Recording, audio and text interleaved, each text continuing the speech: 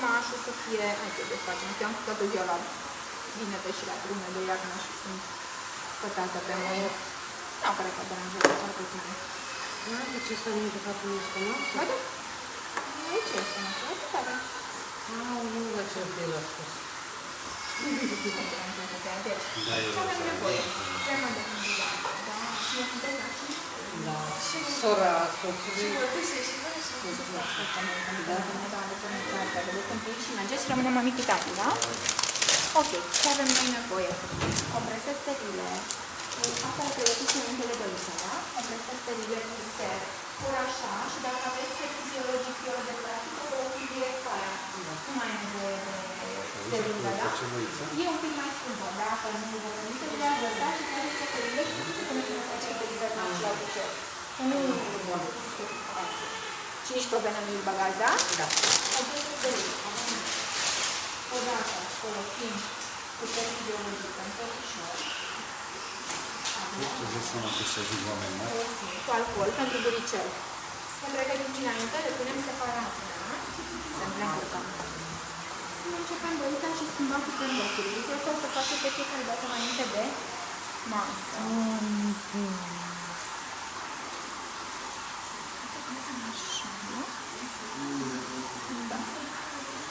O piticule. Cum o să o luați? O să-i desfaceți costumașul, îi ridicați în sus, până aici, și o să o schimbați aici. Da? La funduleață aici. Așa o luați. Și o spălați la funduleț, da? Hai să-l facem băiță. Cu asta mă ajutați dumneavoastră. Și cu asta iar.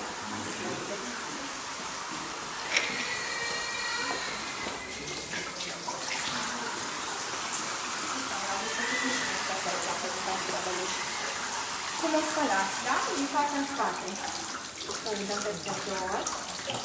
Folosiți un pic de spăl de șampun sau care, sau balsam. Un spăl, da? Sau sandă. Nu dați șampun și gel de duș, da? Atenție, aici, lecușele. Ne ducem jos, sau întins de presier. Ne ducem pe piciorușe. În momentul ăsta plătiți cu apa din cadă, că vă alunecă copilul. Perfect, da. Plătim cu apa din cadă. Am terminat spătucul, îi place. Ne întoarcem, saca-paca și ne ținem de aici și ne punem în cadă. Da. Asta faceți dumneavoastră, noi nu facem din lipsă de... Da. O punem în cadă.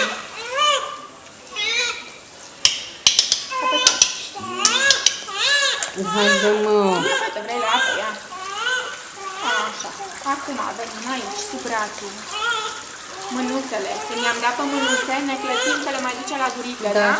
Venim în jos, păsărelul, din față în spate și piciorușele. Acum urmează clătirea finală. Clătirea finală ori la dușuleț, ori vă toarnă cineva cu nidricel. Da? Și clătirea finală și pe spate. Asta a fost tot. Punem pe cel curat, uscat.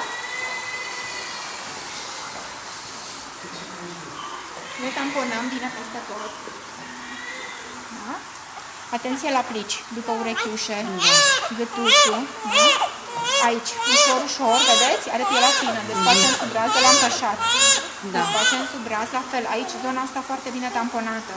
Da, să nu rămână udă. Să nu rămână udă, da.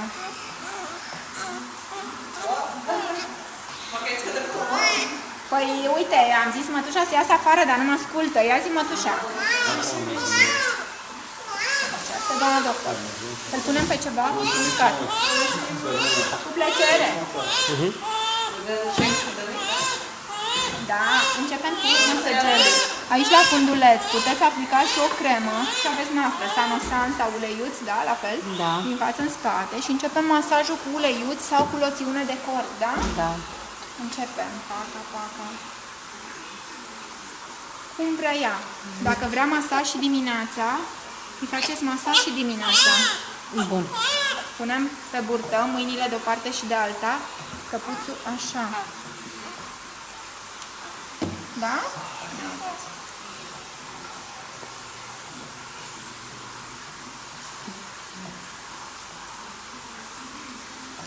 Cum vreți. Da. O să găsiți și pliante și mai multe și aici la fel, să fie curățică, da? Da. El îi face. Ah, bine, atunci... Da, nu, acum acasă. Am înțeles. Moare Nu, bine, atunci... Gata. Gata, mama, Am terminat gata. cu înduleața. Ne uităm și la buricel un pic. Da, da. Și ca și e Gata, foarte mama, bine gata. făcută, dar asta nu înseamnă că la băiță nu ne permitem să o curățăm. Gata, mama, gata. Compresă sterilă cu alcool, da? Da, asta Pregătită e cea cu dinainte. alcool. Bun. Și este Puțină. închis, dar un pic de baneocin, un pic. Să Bun. nu se facă aici o criză, o cocă cu masajul și cu altceva, da? Foarte puțin curat. Ok. Gata, mama, Am gata. terminat partea asta, ne îmbrăcăm că nu ne place. Tot înfășatul, da? Care le sunt pățite, eu nu i-aș, eu n-aș împășa. Dar peste noapte poate... Da.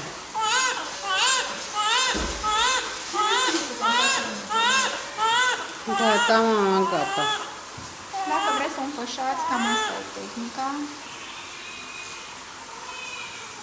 2 sau 2 sau 1. Dacă îi dați un body, folosiți unul.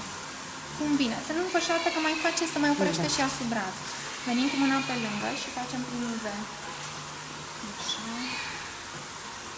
Așa, da? Așa strâns. Totul să fie foarte bine întins, să nu fie cute, să nu Da. fie, da? Să deranjez. Și facem mai bine. Ce la mine? Cine face? Aha, primul. Pișorii deschiși. Da? Și dară și toaleta născutului și a ochișorilor. Și mai rămâneți o jumătate de oră să-i dați și biberon, zic eu. Da. dacă vrea. Deci acum. Să știți că am adus și biberonul de care vă spuneam ieri, cum am de la Încercăm oven. cu el. Acum, cele două veluri, vin așa.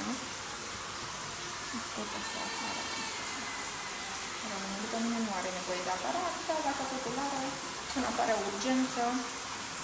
Ok. În momentul ăsta am terminat partea de jos. Mâinile curate. Da. Și eu am ăsta cu spirit Da. pulverizator. Da, ceva, spirte de ajuns. Și începem cu toaleta ochișorilor și a născutului. Ochișorilor avem Ser înainte fiziologic. pregătită cu ser fiziologic. Da. Nu atingem mijloc. Că dacă e tot sterilă, dar nici dacă Nu îl atingem ocupat. nu e nenorocire, da? Ținem Asta se cumpără? de aici. Da, ser fiziologic. Aici o singură dată se dă în jos. O compresă o dată. Bun. Nu Nu reușiți, mutăm la nu de la celălalt. un ochi la celălalt. Gata, Nu, mă. dacă nu reușiți, luați o altă compresă, da? Terminat năsucul. Dacă aveți fiolă de ser, dacă aveți din asta, veniți cu sărinuță, că e mai ieftin. Fața dreaptă, 2-3 picături, 2-3 picături și am terminat. Și asta e fără singurele, da? Da, se duce mai sus. Se duce mai sus, e corect. Bine. Eu zic să mai lăsăm un pic așa până pe la 8 și un pic să vedem dacă mănâncă la biberon, da? Da. Nu aștept. Asta vă dau dacă puteți să vă doriți pe domnul. La răzarnea voastră? Dar cred că trebuie să sterilizăm un pic. Dați-mi să-l băgăm la sterilizare, dacă tot... Asta e foarte pe partea asta, uite știi după băieți, dar nu prea avem. Dar tocmai în A capăt. plecat A plecat cu Digi.